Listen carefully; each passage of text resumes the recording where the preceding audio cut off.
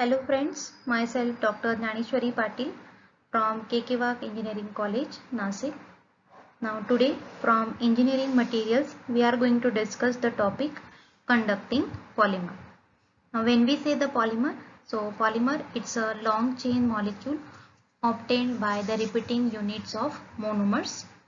Now when we say the polymer, some polymers are being showing some specific properties, distinct properties like higher thermal stability, conducting nature, or higher tensile strength, higher impact strength, or degradable nature.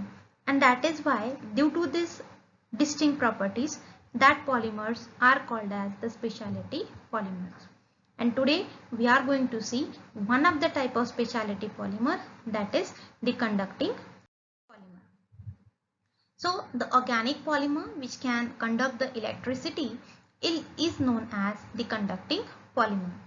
The conducting polymer was being first discovered by the scientist H. Shirakawa in 1970, where he has discovered the first conducting polymer, polyacetylene.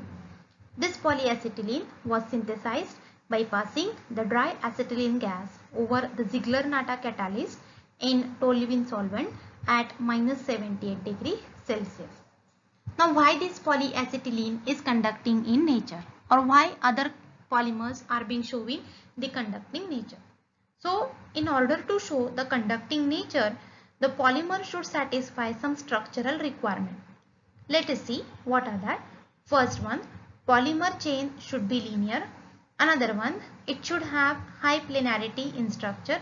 And third one, the polymer chain should possess the conjugation.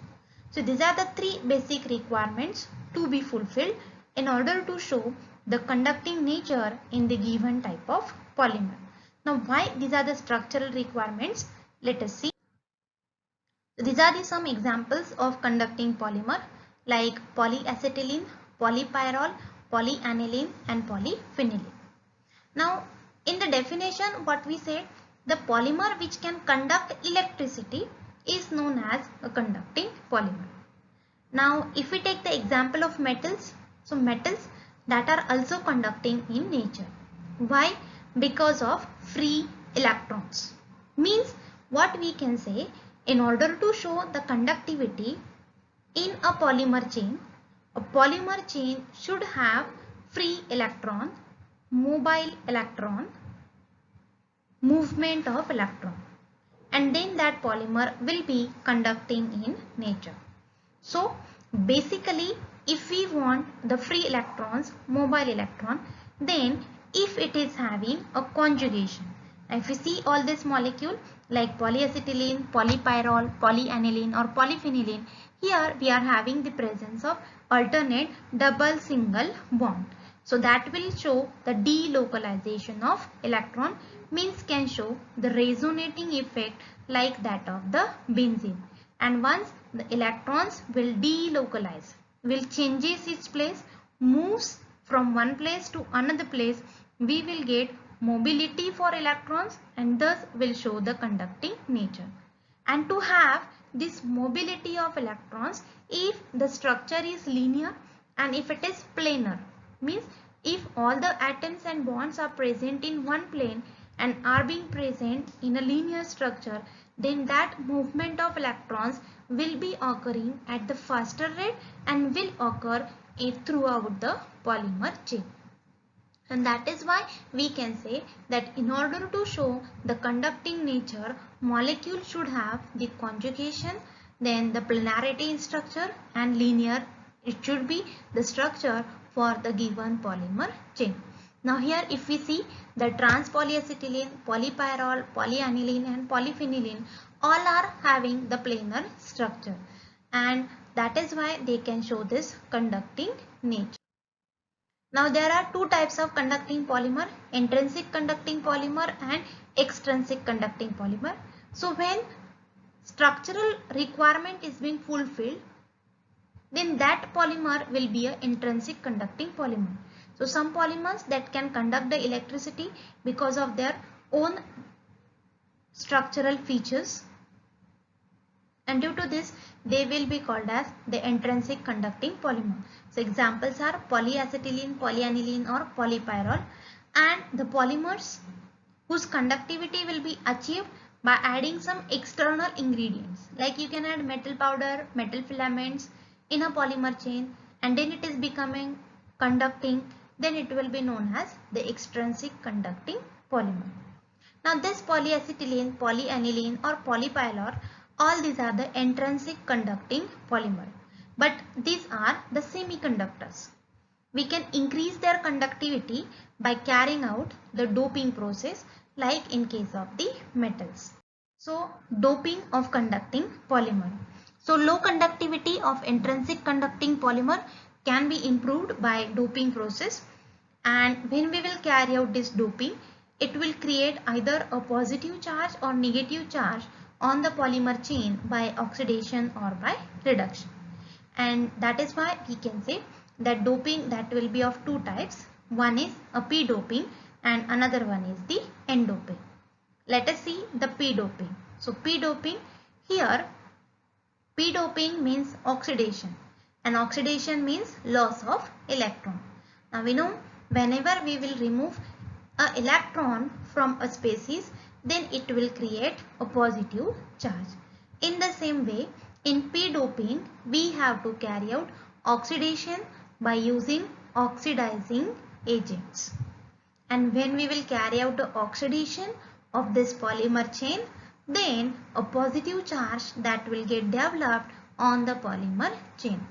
And to carry out this oxidation, we are using here the Lewis acids like iodine, bromine, FeCl3, which will carry out the p doping process. So here you can see the reaction that on trans polyacetylene, when we will use FeCl3 or iodine as a p dopant, so then it will carry out the oxidation of this polyacetylene and thus creating a positive charge on the polymer chain. Now once positive charge is being developed,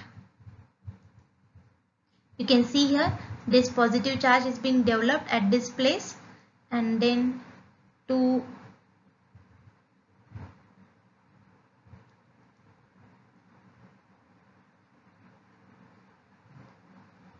stabilize this positive charge, okay, electrons will move from one place to another place.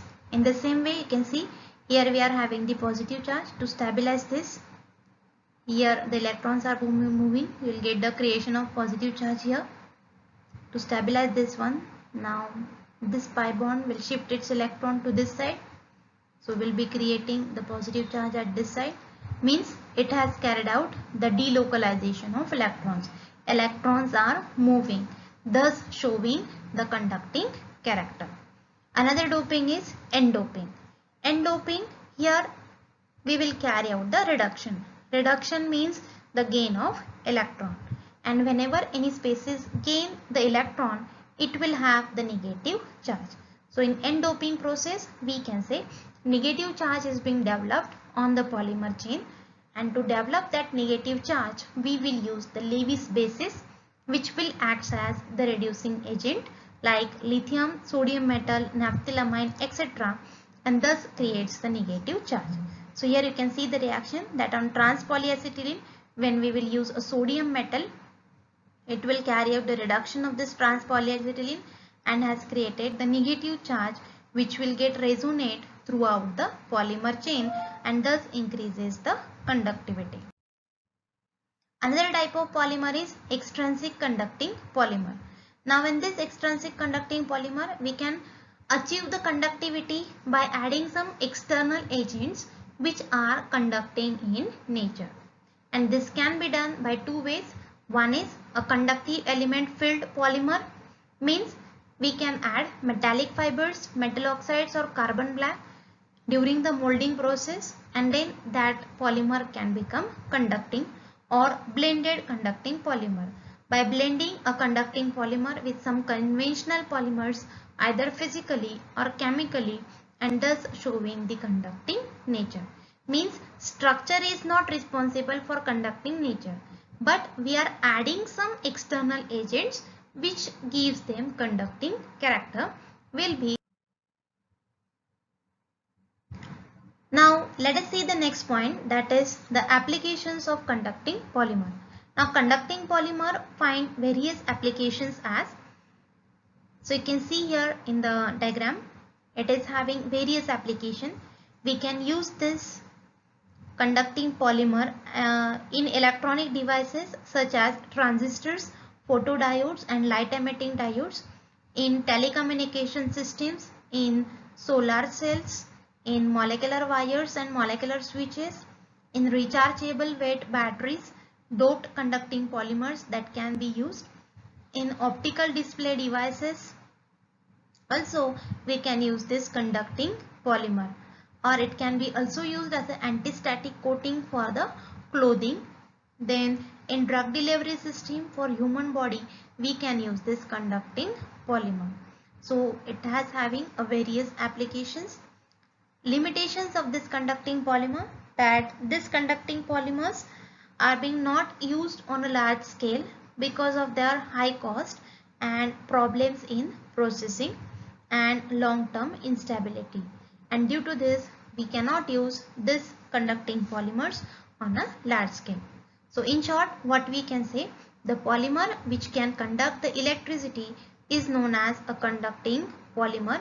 To show the conducting nature, polymer chain should be linear and planar, and the polymer chain should have the conjugation. It is having two types, intrinsic conducting polymer and extrinsic conducting polymer. When polymer structure itself conducts the electricity will be the intrinsic conducting polymer, and when we will add external ingredients into a polymer to make it conducting, it will be a extrinsic conducting polymer.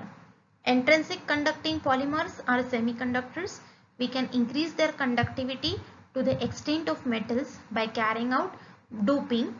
So in p-doping we will carry out oxidation, which will generate a positive charge on the polymer chain by using the Lewis acids. And n-doping, here we will create a negative charge by carrying out the reduction by using the Lewis bases. Then the applications and limitations of conducting polymer. Thank you.